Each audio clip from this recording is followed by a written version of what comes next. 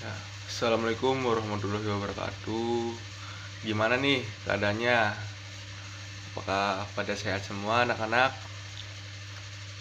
Alhamdulillah kalau sehat semua ya. Sebelum mengawali kegiatan pada pertemuan kali ini, alangkah baiknya untuk kita berdoa demi kelancaran dan kesuksesan untuk kedepannya. Dan untuk berdoa, silahkan ketua kelas untuk memimpin doanya biar pada khusyuk ya.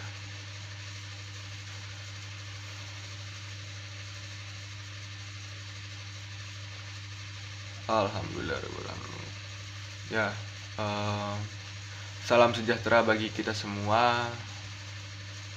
Gimana untuk kegiatan pada kali ini, pada masuk semua kan? Ya, baik, pada masuk semua. Tetap diteruskan dijalankan ya untuk kedisiplinan pada pertemuan kali ini, untuk kedepannya biar pada rajin semuanya. Tetap stabil kayak gini ya, masuk terus. Nah, anak-anak, minggu lalu kan kita sudah mempelajari jenis-jenis alat potong dan teori dasar pengerjaan logam. Nah, hari ini kita masuk ke materi pokok yang sangat krusial, yaitu dasar mengikir rata pada mata pelajaran kali ini, yaitu kerja bangku. Mungkin di antara kalian ada yang bertanya. Nah, pertanyaan dari Mas Rudi tadi ya, kenapa sih di zaman sekarang tuh masih perlu untuk proses mengikir? Karena kan sudah ada mesin CNC, mesin bubut, dan mesin fresh. Nah, patut ditanamin dari diri kita ya anak-anak. Mengikir manual itu fondasi utama untuk melatih feeling, kesabaran, dan kedisiplinan kita sendiri, dan juga sensitivitas atas tangan kalian.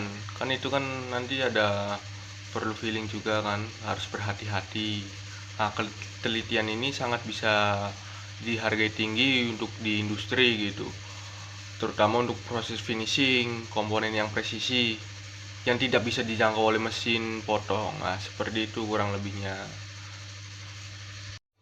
Pada pertemuan kali ini kita akan mengidentifikasi masalah pada proses kerja bangku, menganalisis penyebab benda kerja cacat, dan menerapkan K3 di dalam praktek ini, dan berhasil melakukan teknik mengikir rata serta menyiku 90 derajat sesuai standar toleransi. Baik semuanya, perhatikan ke Bapak ya. Ini adalah contoh produk hasil pengikiran yang gagal atau cacat. Setelah Bapak ukur menggunakan jangka sorong dan Bapak cek kesikuannya itu memakai alat penyiku, ternyata permukaannya cembung di bagian tengah-tengah dan rata sudutnya itu tidak 90 derajat.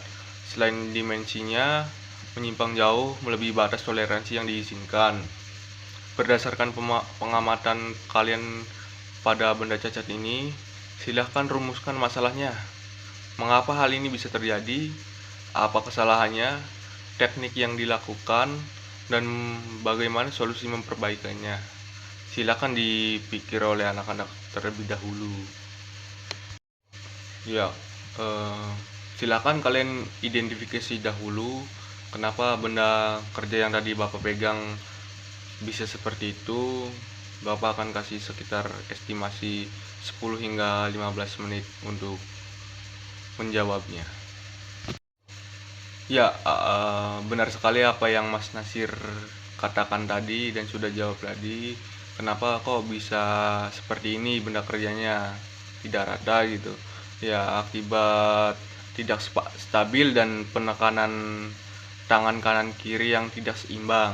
Gimana anak-anak, apakah ada yang lain dan menemukan kendala yang berbeda, atau semua sepakat apa yang Mas Nasir katakan tentang, berarti kita sepakat ya tentang solusi apa yang Mas Nasir katakan tadi. Ya, untuk Bapak kan kasih tahu tentang kok bisa seperti ini benda kerjanya gitu ya. Perhatikan dengan baik-baik ya anak-anak kontrol. Nah, Bapak akan jelasin nih kok bisa kayak gini benda kerjanya. Nah, Bapak akan jelasin kok bisa seperti ini hasil benda kerjanya. Tolong diperhatiin dengan baik-baik ya anak-anak. Untuk menghasilkan pengikiran yang rata, halus, dan siklus 90 derajat, kuncinya ada di 3 aspek utama. Nah, untuk yang pertama ini posisi berdirinya yang stabil. Kita tuh harus berdiri dengan stabil dan dengan kalau perlu tegap ya tegap lah, menyesuaikan dengan cara kerja bendanya gitu. Nah, untuk kedua ini kontrol tekanan kikir. Tekan kuat saat kikir didorong maju dan lepas tekanan saat kikir ditarik mundur. Jadi kayak pada saat kita menekan ke depan tuh ditekan gitu. Kalau untuk ke belakang dibiarin aja seperti itu. Dan untuk yang ketiga ini lakukan pengecekan kesikuan secara berkala agar penyimpangan bisa langsung diantisipasi. Jika kalian disiplin menerapkan 3 hal ini, produk kalian pasti presisi sesuai standar industri, tidak seperti benda yang Bapak pegang tadi. Ini kan kurang presisi dan hasilnya kayak cembung gitu kan.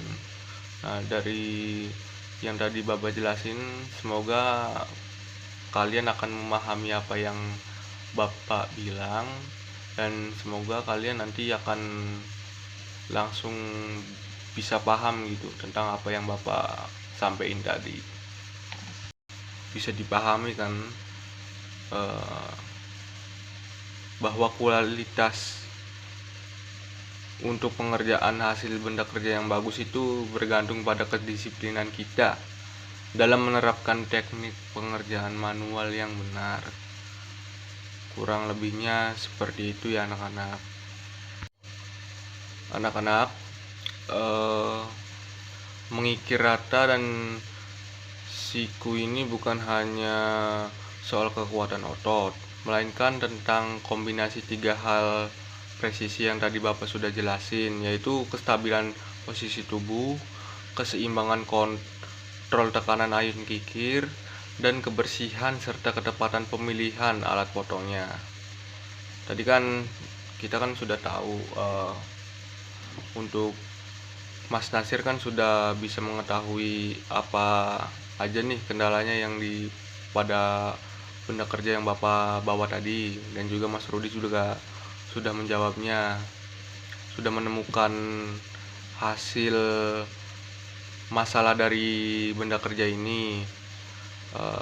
Jadi kalian sudah pada tahu kan letak masalah pada benda kerja yang tadi Bapak bawa, dan juga sudah sangat bisa dipahami kan, kita nih harus melakukan kestabilan posisi tubuh serta keseimbangan kontrol ayunan, dan juga pemilihan alat potongnya itu harus bener ya anak-anak. Sebelum meninggalkan ruangan, mari kita menerapkan budaya 5S di industri ya.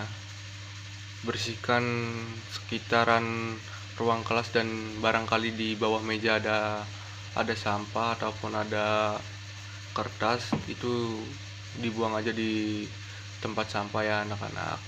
Ya, sebelum mengakhiri pertemuan kali ini, mari kita berdoa untuk mengakhiri kelas. Berdoa dipimpin oleh ketua kelas. Alhamdulillahirobbilalamin.